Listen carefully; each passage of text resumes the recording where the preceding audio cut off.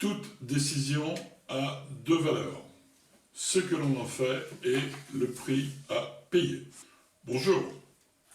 Aujourd'hui, la masterclass que nous allons faire ensemble traite de la réponse à la question « Comment savoir convaincre en toutes circonstances par la méthode de l'obtenance ?» Les étapes de notre travail seront les suivantes: situation, problème, solution, ingrédients, méthode, point clé, conclusion, approfondir et développer, et à vous. Nous allons maintenant aborder la situation.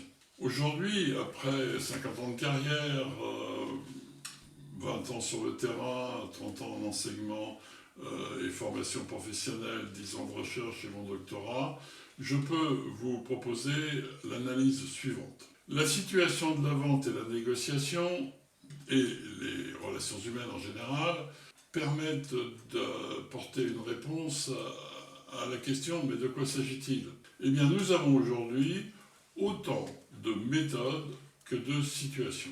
D'ailleurs, le magazine Management a produit il y a quelque temps 17 méthodes différentes en fonction des situations. Il y a autant de méthodes que d'experts, que d'enseignements, que de systèmes d'enseignants. En fait, chacun y va de sa propre méthode. Alors, à la base, il y a des idées communes, mais chacun fait ses petits arrangements et propose la méthode qui, d'après eux, correspond à la situation donnée. Sur les 100 livres que j'ai étudiés sur le sujet pour ma thèse de doctorat, je n'ai pas trouvé, ou à quelques rares exceptions près, au coin d'une page, une démarche adossée à une action scientifique ou bien un raisonnement académique. Le plus souvent, ce que l'on rencontre, ce sont des compétences empiriques.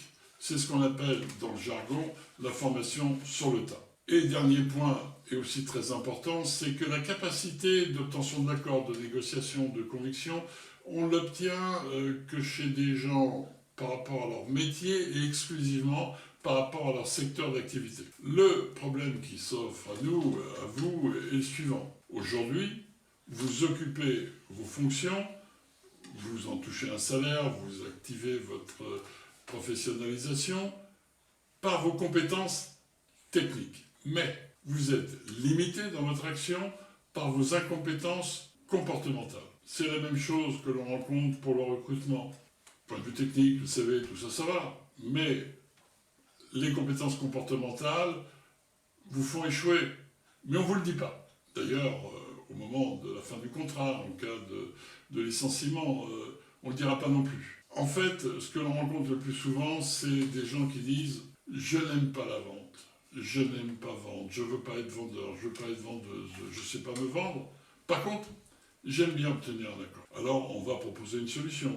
Une solution par l'éducation de soi-même en 7 clés, c'est-à-dire une discipline majeure, incontournable, un référentiel qui va vous permettre, à l'aide de ces 7 clés, de pouvoir développer vos compétences comportementales. Les 7 clés sont les suivantes. Apprendre à apprendre, posture, obtenance, stress, management, art oratoire et qualité. Les ingrédients dont nous avons besoin pour mener l'action qui consiste à convaincre tout le monde en toute situation sont les suivants. Tout d'abord, on a les acteurs. Et oui, il faut forcément quelqu'un qui va demander et l'autre qui va donner son accord. On a l'objet de l'accord. On verra dans le détail de quoi il est composé. Il y a également le système de valeurs qui va mobiliser la décision de celui qui va donner son accord. Il y a le territoire, notion un peu plus subtile et souvent violente. Il faut savoir le gérer. Il y a la compréhension. La compréhension, c'est le mécanisme pédagogique qui permet à celui qui demande l'accord de l'obtenir. C'est-à-dire, il fait comprendre pourquoi l'autre doit donner son accord. Le paiement, c'est une dimension à la fois économique et psychologique. Ça peut accélérer, freiner ou rendre impossible l'obtention de l'accord. Enfin, l'opportunité qui vous permet d'agir au meilleur moment possible. Je vous propose maintenant d'examiner les étapes. La méthode de l'obtenance démarre avec les acteurs. Celui qui demande, celui qui accorde, et ils ont la particularité d'être toujours les mêmes, mais avec des noms différents. Le vendeur, le client. L'avocat, la cour. Le parent, l'enfant. le collaborateur, le patron, l'administré, l'administration, le citoyen, le représentant des forces de l'ordre. C'est toujours le même mécanisme qui va se mettre en place, seulement le nom des gens qui vont agir en tant qu'acteurs est à chaque fois différent. L'objet de l'accord, c'est bien le nœud du problème, le cœur de l'action, comment convaincre par rapport à un objet qui peut être à caractère économique, marchand, ou non marchand, ou bien un mix des deux. Ça peut être une idée, un sentiment, un projet, ou bien un objet contre lequel on va encaisser une somme sonnante et trébuchante. Troisième point, les valeurs. Ça, c'est le point clé. Les personnes se décident exclusivement par rapport à leur système de valeurs. Il faut savoir que Aristote, 400 ans avant Jésus-Christ, nous a expliqué qu'un objet avait deux systèmes de valeurs. La valeur économique, bien sûr, mais aussi ce qu'il a appelé la valeur d'usage. Ce que l'on en fait. Une paire de chaussures, ça a un coût, mais ça a aussi une destination différente. L'apparence, le sport, la marche, que sais-je encore. D'ailleurs, cette notion a été reprise par Adams et puis par Karl Marx. C'est une notion qui perdure. Ce qui est important de comprendre dans le système de valeurs, c'est que la personne va décider de son accord uniquement par rapport à ce qu'il va faire de la nature de son accord. Prenons le cas simple de quelqu'un qui achète une perceuse. C'est un bricoleur. En fait, ce qui l'intéresse, c'est les trous. Son système de valeurs, c'est les trous. Donc, il faut lui faire comprendre que la machine fait les trous dont il a besoin. Mais pas seulement. Ça peut être aussi plus psychologique. Prenons le cas d'un petit garagiste de campagne qui achète un pont élévateur avec des tas d'options plus chères, alors qu'il ne va pas l'utiliser forcément. Tout simplement parce que son beau-frère, qui a un garage à quelques kilomètres, a acheté le modèle d'en dessous.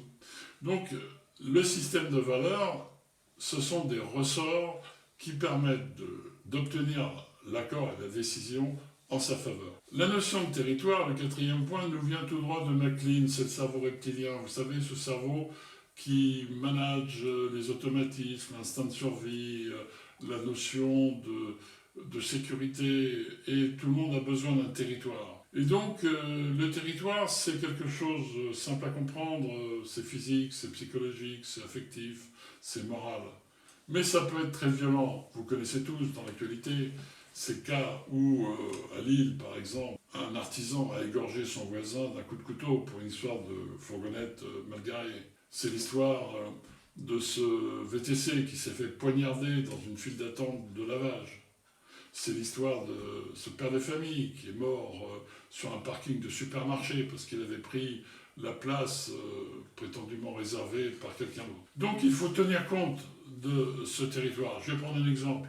Si vous allez voir votre patron et vous lui dites « Monsieur, voilà un projet, on a besoin de votre accord », vous lui supprimez son territoire de décision.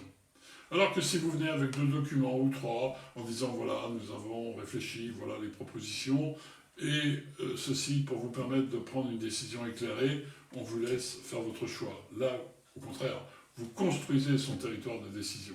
C'est plus facile à obtenir l'accord en ces circonstances. Faire comprendre, c'est la base même du mécanisme de l'obtenance. Il faut faire comprendre que l'offre couvre parfaitement le système de valeurs. Prenez le cas, par exemple, de la vente de pompes d'irrigation au Nord-Pakistan. On va amener de l'eau pour les paysans, ils vont faire 3 récoltes par an. Qu'est-ce qu'il faut faire comprendre aux décideurs, qui sont des hommes politiques? Qu'en fait, les pompes, c'est accessoire. Le principal, c'est la satisfaction des paysans qui vont amener les bulletins de vote. Donc, le système de décision est basé sur les bulletins de vote. C'est ça qu'il faut faire comprendre. Quand quelqu'un, une personne achète une BMW et qui, voiture neuve, en main, va la montrer en premier à son père, la personne n'achète pas une automobile, elle achète un symbole de sa réussite parce qu'elle vient d'être nommée directrice. Donc, l'idée de faire comprendre est un mécanisme intellectuel. L'obtenance, ce n'est pas une énergie à déployer, une conviction à faire partager, c'est simplement faire comprendre. 6e point, le paiement. Le paiement relève de 2 dimensions. La valeur économique, puisque la personne va donner de l'argent en contrepartie. Mais aussi, et c'est souvent le cas, un effort psychologique, qui peut être négatif ou positif. Positif, on veut faire plaisir. Et négatif, c'est un effort insurmontable, un blocage. On a tous connu cette phrase, on demande à quelqu'un, rends-moi service, passe chez cette personne pour récupérer je ne sais quel objet. Et la personne vous dit, je veux bien le faire, mais ça me coûte. En fait, c'est quoi? C'est son effort psychologique. Est-ce qu'elle va pouvoir le surmonter ou pas? C'est là où est l'enjeu du paiement psychologique. Le point clé de l'obtenance, c'est un peu comme un appareil photo. Un appareil photo, pour réussir à avoir une belle image, ça met en cause toute une série de paramètres. La lumière, l'objectif, la vitesse, la profondeur de champ, la sensibilité de la pellicule, etc. Alors vous avez la possibilité d'avoir un appareil automatique, vous appuyez sur le bouton et puis vous avez un truc mémorisé. Mais si vous voulez devenir photographe, si vous voulez devenir artisan, si vous voulez devenir un artiste, il faut maîtriser l'ensemble des paramètres. Et c'est à ce prix que vous allez acquérir l'efficience. L'efficience, de quoi s'agit-il? Même travail, plus de résultats, même résultat, moins de travail. Plus vous maîtrisez le maniement des 7 paramètres, plus ce sera facile pour vous d'acquérir l'efficience. En conclusion, on peut dire que l'éducation de soi-même en 7 clés vous permet, par le biais de cette discipline majeure incontournable, dont je vous rappelle les éléments, apprendre à apprendre, la posture, l'obtenance, le stress, le management, l'art oratoire et la qualité, vous êtes en capacité de développer vos compétences comportementales. Et je vous rappelle que vous êtes le seul responsable de votre propre éducation. Approfondir et développer ce thème, c'est-à-dire savoir convaincre en toutes circonstances, obtenir l'accord, je vous propose d'abord de réfléchir à la notion de référentiel des compétences comportementales. L'éducation de soi-même en 7 clés est le référentiel des compétences comportementales. L'éducation de soi-même en 7 clés est le référentiel, c'est-à-dire une discipline majeure, incontournable. L'éducation de soi-même en 7 clés est le référentiel à l'usage de l'enseignement supérieur et de la formation professionnelle. L'éducation de soi-même en 7 clés est le référentiel à l'usage des enseignants, des étudiants, des managers, des collaborateurs, des consultants, des formateurs et des mentors. Pour approfondir ces connaissances, je vous propose 3 livres. Le premier, 7 clés pour réussir, exceller grâce à vos compétences comportementales en toutes circonstances. C'est un vademecum, c'est-à-dire un livre et une mémoire, un livre d'accompagnement du quotidien qui vous ramènera à toutes les théories, à tous les éléments fondamentaux, vous fournira des exemples et aussi des pistes pour que vous puissiez développer vos connaissances, augmenter vos compétences et donc vos résultats. Le second livre, c'est Savoir convaincre en toutes circonstances, c'est-à-dire celui que nous venons d'étudier sur la base de l'obtenance. Il reprend, bien sûr, dans le détail, il approfondit tout ce que je vous ai raconté, vous donne les exemples multiples dans tous les secteurs, marchands, non marchands, avec tout type d'acteurs, mais aussi il présente la clé numéro 1, apprendre à apprendre, et la clé numéro 2 sur la posture. C'est le livre indispensable pour être opérationnel, c'est-à-dire obtenir l'accord, savoir convaincre en toutes circonstances par la méthode de l'obtenance. Le troisième livre, il s'appelle Stressateur. C'est savoir produire en toutes circonstances le bon stress. Nous sommes tous producteurs de stress, alors quitte à produire du stress, autant produire le bon plutôt que le mauvais. Vous allez y trouver en plus des explications fondamentales, des exemples de situations dans le milieu professionnel, social, familial. Ça va vous permettre de construire et d'adopter les pratiques qui vont vous permettre de fabriquer systématiquement le bon stress. À vous maintenant, à vous de jouer. Nous vous proposons de participer à la communauté des compétences comportementales par le biais des réseaux sociaux, c'est-à-dire Instagram, Facebook. Vous serez informé de ce qui se passe et puis vous pourrez échanger sur vos pratiques et vivre les expériences profitables des membres de cette communauté. Vous allez pouvoir également découvrir l'éducation de soi-même en 7 clés par le biais des masterclass, des tutos sur la chaîne sur laquelle vous êtes actuellement, c'est-à-dire YouTube et EDSM7C.tv. Vous allez pouvoir apprendre d'une façon traditionnels liés à l'enseignement et à la formation professionnelle, l'éducation de soi-même en 7 clés. Vous pouvez également acheter l'éducation de soi-même en 7 clés, le référentiel et la documentation pédagogique sur le site edsm7c.com. Mais vous pourrez aussi télécharger des documents de présentation qui, eux, sont gratuits. Maintenant, il reste à faire la synthèse. Quelles sont les règles de l'obtenance? Il y a 2 règles. La première, règle numéro 1, satisfaire le système de valeurs. La deuxième, règle numéro 2, relire la règle numéro 1. Ainsi, vous pourrez évoluer en raison de vos compétences comportementales. Vous allez pouvoir, par le référentiel d'éducation de soi-même en 7 clés, prendre en main votre propre éducation. Vous êtes seul responsable de votre éducation. L'éducation de soi-même en 7 clés en est l'instrument. C'est l'instrument de votre réussite.